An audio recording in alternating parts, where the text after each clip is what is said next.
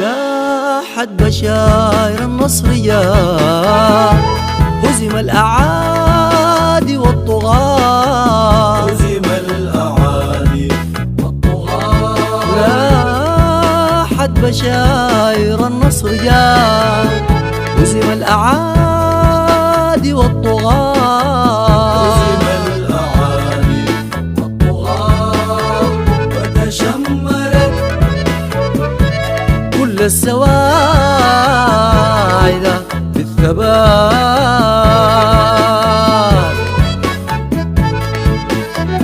لتدك في الأعداء في الأعداء في الأعداء أركان البلاد.